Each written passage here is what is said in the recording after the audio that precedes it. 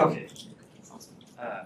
Hi everyone. My name is Yichen. I'm a PhD student at Harvard, and I'm going to present my work that's done jointly with Christian Kusser from University of Oxford. That's a relaxed notion of online metric embeddings.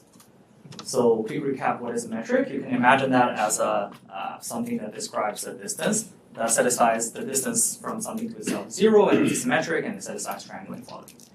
So, what does metric embedding mean? It means that you want to approximate like a harder or like a more general metric with a simpler metric. So for example, we have many good algorithms on trees that we don't know how to do on like general metrics.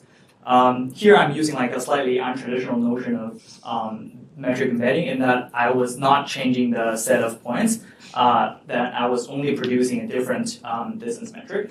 And the quality of a metric embedding is measured by distortion, which is how much the distance is changed because you have to do this approximation. So in this talk, we'll focus on non-contracted embedding so that you never underestimate the distance. And then the distortion in a deterministic embedding is just the maximum ratio between the distance in the embedded metric divided by the distance in the original metric.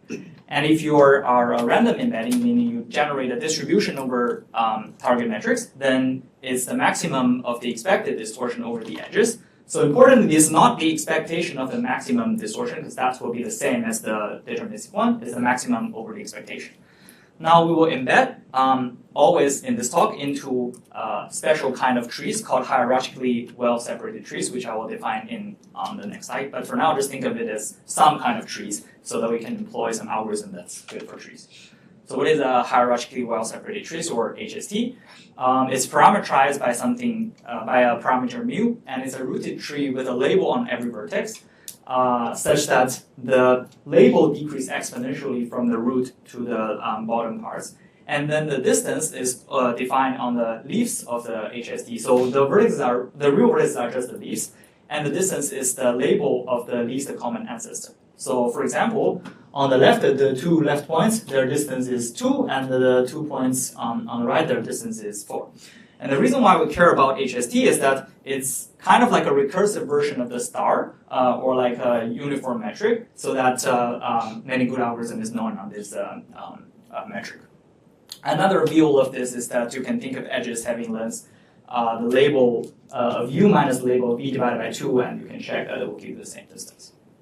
Okay, good. So as in the title, we will be talking about its application on online problems. So let me quickly define what is an online problem and what are the notions for that.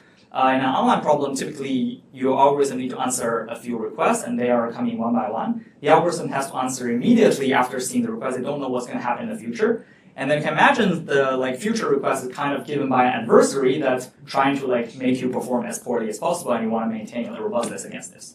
So one simple example is a K-taxi problem. So suppose that you're running Uber, and the request is a customer saying, pick me up at location S and send me to T. You need to decide one taxi, send it to the pickup location, pick up the passenger, send it to the T. And you want to minimize the distance traveled without the passenger, because that's when you're not getting paid. Like the other distance, you're paid, so you're fine. And the competitive ratio is basically the cost of your algorithm without knowing the future divided by the cost of the optimal algorithm who would have already known the future, in hindsight. And this is the worst case input, over all the sequences. Now the problem is many problems have good algorithms on trees, or specifically HSTs, but it's very hard on general metrics.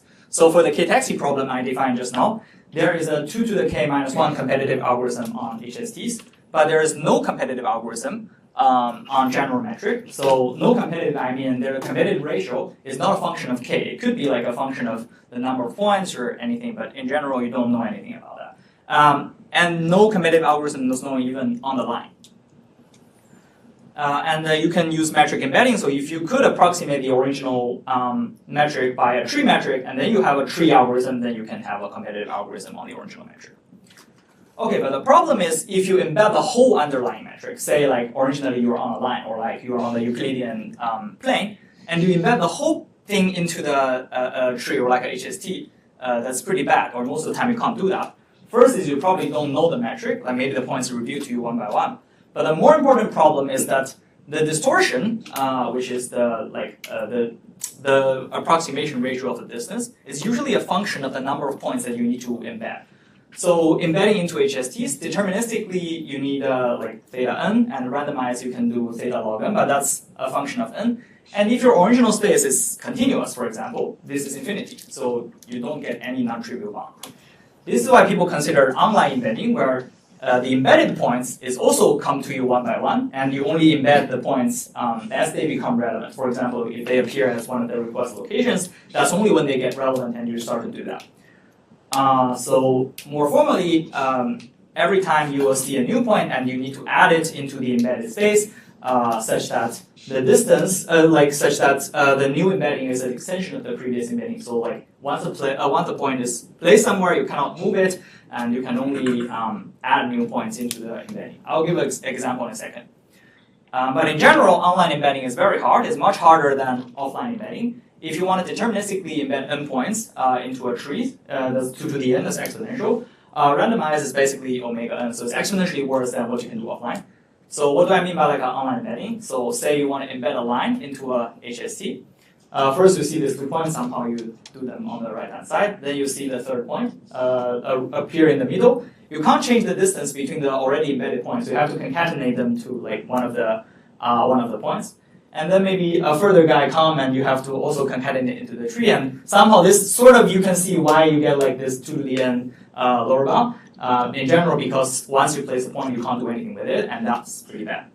So that's introducing like my relaxation or our relaxation of the problem, which is we think sometimes it's too restrictive to say once you place something, you cannot move it. Maybe sometimes you could move it, subject to some constraints.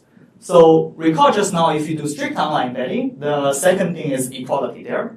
What we say is that you can change where you place the embedded points, provided that the distance only decrease. Okay, so why are we considering the notion where you can decrease the distance? There are 2 reasons.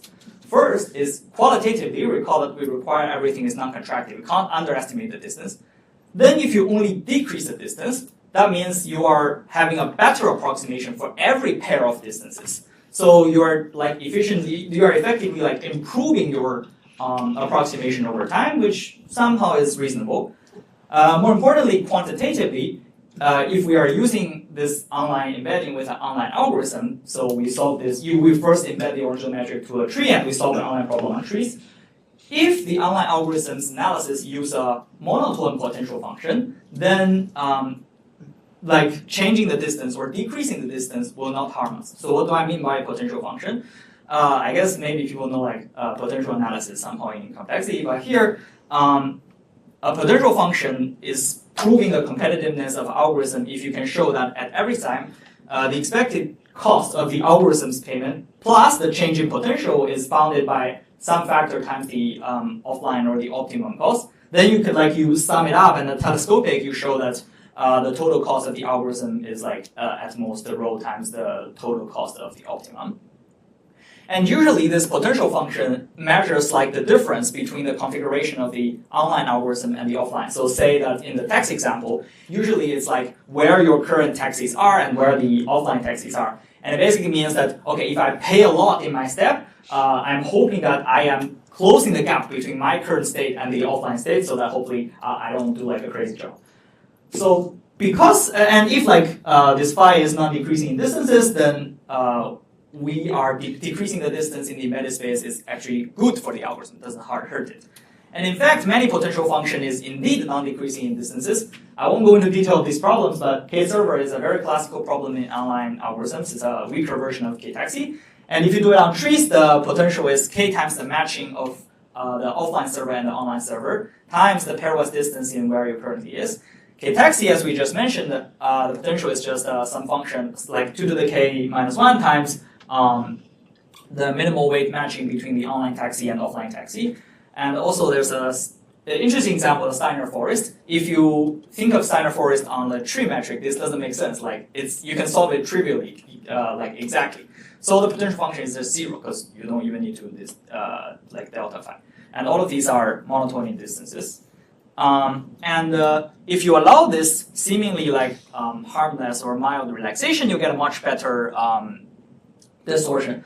So as we said before, if you know the whole metric in advance, you embed offline. Deterministically, it's theta n, randomized is theta log n. you do it online, it's exponentially worse than offline. But if you allow this monotone recourse, we show that deterministically you can get theta n as well. And note that you can never do better than offline, so this is basically tight. And randomized, you can get order of log squared n. There's still a quadratic gap between the offline, but it's exponentially improvement against the online algorithm. So one simple example is now you get for k-taxi 2 to the k log squared n competitive on any metrics, and n is the number of requests, which is always finite. Like even if you come from an infinite host metric, you come from a continuous space, it's okay. You always get like log squared n, and this is a finite number. It's still unfortunate that it's not fully dependent on k, but it's better than previously. And the high-level takeaway is that if we allow a mild but natural relaxation, this gives a maybe exponential improvement and approaches the offline. And furthermore, we want to emphasize like this idea of a non-worsening recourse in maybe like streaming algorithms or online algorithms might be of interest, which is you can allow some kind of changes as long as by some quality measure metric you are not doing worse than before. And maybe this has some more interest. I won't have time for the technical details, but if anyone is interested, we can talk offline. Thanks.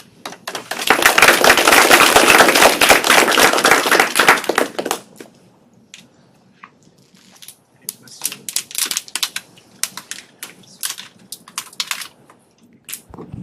Just have a question. So right now you have this log independence. Yes. In general, I mean, if you don't use metric embedding, what's the ratio? So I think there is a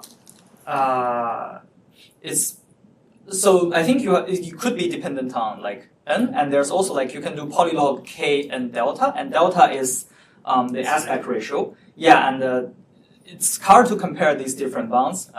But is it strictly better than the existing other? I mean, if you have small delta, then right, like you can have many points, but your delta is small. Like say you have a uniform metric, then it's not strictly better.